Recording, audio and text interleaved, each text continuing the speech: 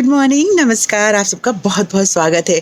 आज हम कुछ ख़ास मुद्दे पे बातचीत करते हैं। आ जाइए। मुद्दे पे बातचीत करने से पहले हम आपको दिखा देते हैं कि देख लीजिए, मेरे टमाटर के पौधे में भर भर के अब टमाटर लगे हुए हैं। हर डाली पे, जहाँ पे मैंने पिंचिंग की थी, हर डाली पे 8-8, 10-10 प्लांट लगे हुए हैं।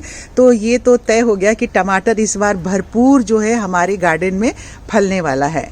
पर फूल भी कम नहीं खिले हैं। बिल्कुल जी, फूल भी खूब ढेर सारे खिले। जितने भी बल्ब मैंने लगाए थे निकले, इक्के दुक्के ही खराब हुए, पर सब के सारे फूल जो है हमारे बहुत अच्छे से निकले हैं। तो दोस्तों, ये तो महंगे बल्ब वाले फूलों की बात हो गई। अब इसे देखिए, ये देखिए, मैंने डेफिन बीके का ये जो प्लांट है कटिंग से लगाया था, आप सबको दिखाया भी था। 8-10 कटिंग लगाए थे और सब के सब प्लांट इतने खूबसूरत और हेल्दी हो गए हैं हमारे। अगर हम बॉन्साई अपने घर में लगाते हैं, बनाते हैं, तो वो थोड़ा महंगा पड़ता है। आप सबको मालूम है, उसके मेंटेनेंस की बहुत ज़्यादा ख़ास ज़रूरत होती है। अब ये मेरा डेडवुड जो है बॉन्साई है पीपल का, आप ये देखिए कि इसको कितने सालों से मैं मेंटेन कर रही हूँ। हाँ, मैंने बनाया इसे नहीं है, मैंने कहीं से ख़रीदा था, पर फिर भी मेरे गार्डन में बहुत साल हो गए इसको। हर साल इसके पत्ते काटना, इसको शेप अप करना, ये सारी चीज़ें तो मैं कर ही रही हूँ। लेकिन अगर इस पर भी कोई व्यू नहीं मिलता है तो दुख लगता है। मुझे लगता है कि चलो ठीक है, बहुत सारे लोगों को इंटरेस्ट नहीं आ रहा है अगर गार्डन में। पर सबसे बड़ी बात तो ये है कि हमारे आप सब जो व्यूवर और हमारे सब्सक्राइबर मित्र हैं, उनकी तरफ से भी ये सवाल अब आने लग गया है कि क्या बात है सरिता जी, आप इतनी मेहनत करते हो, आपके सब्सक्राइबर नहीं बढ़ रहे हैं, व्यू नहीं मिलते हैं आपको। ये देखिए, इस लालसा की इसकी कटिंग लगाई थी हमने और अब इसमें फूल खिल रहे हैं, कितने खूबसूरत। अब ये थोड़े दिनों में ये बीज में तब्दील हो जाएंगे। ये वैरायटी मैंने आपको दिखाई थी, बहुत ही एक्सपेंसिव वैरायटी है और लेपर्ड लिली की ही फैमिली से है, पर ये अलग है बिल्कुल। लेपर्ड लिली के पत्ते भी अब मैं आपको दिखाती हूँ। इसके जो लेपर्ड लिली के पत्ते होते हैं ना, वो चौड़े चौड़े होते हैं और इसके पत्ते बहुत पतले पतले हैं। मैंने इस पे वीडियो बनाया हुआ है। मैं अभी आप सबसे ये जानना चाहूँगी कि क्या इस प्लांट का नाम आपको मालूम है? मुझे मालूम है, मैं गूगल से भी सर्च कर लूँगी और मुझे नाम भी इसका मालूम है।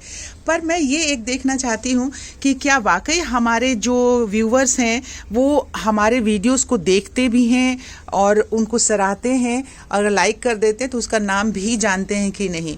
ये देखिए, ये प्लांट मेरा बहुत अच्छे से अब बढ़ रहा है। ये भी बल्ब मैंने ख़रीदा था 50-50 रुपये ईच और मैंने इसमें 10 बल्ब लगाए थे। अब बात आती है कि वो मुद्दा क्या था जिस पे हमें बातचीत करनी है आज।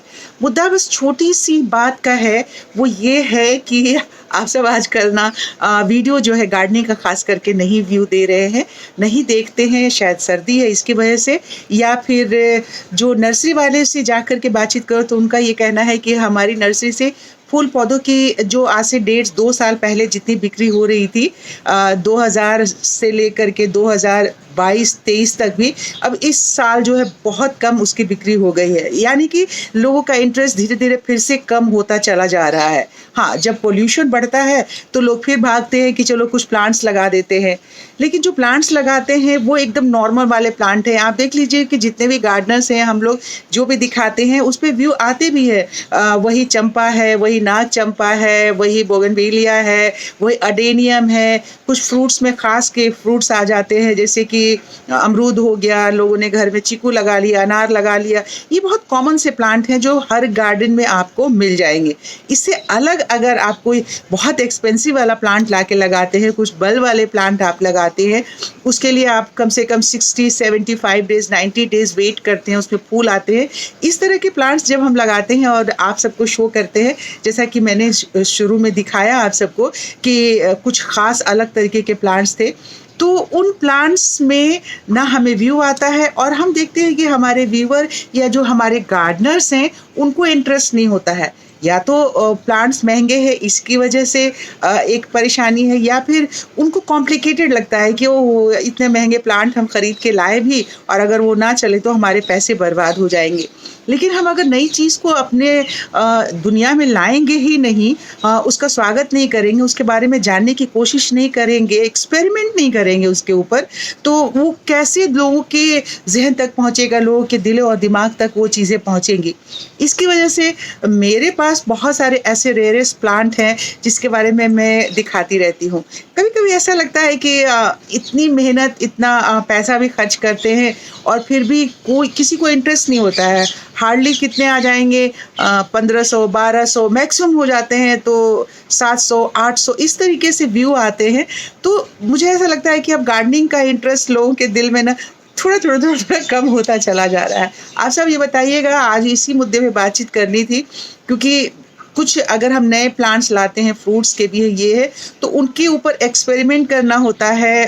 हम सालों उस पे एक्सपेरिमेंट करते हैं और फिर जब हमारे छोटे से गार्डन में गमले में फूल या फल वो देते हैं, फिर हम आपको अपना अनुभव शेयर करते हैं। अब ये सोचिए कि कितने सालों की मेहनत, पैसा और उसकी देखभाल सारा कुछ खर्च होता है। फिर भी अगर उसमें व्यू ना मिले और लोग देखने में इंटरेस्टेड नहीं हो और नई चीज़ को अपनी दुनिया में शामिल करने के लिए कोई तैयार नहीं है, तो फिर हमारा वीडियो बनाना, इतनी मेहनत करना बिल्कुल बेकार हो जाता है। हम लाएँ और थोड़े दिन एन्जॉय करें और एन्जॉय करके फिर हम छोड़ दें। तो ये सारी चीज़ें हम सबको मिल बैठ के बात करने की ज़रूरत होती है।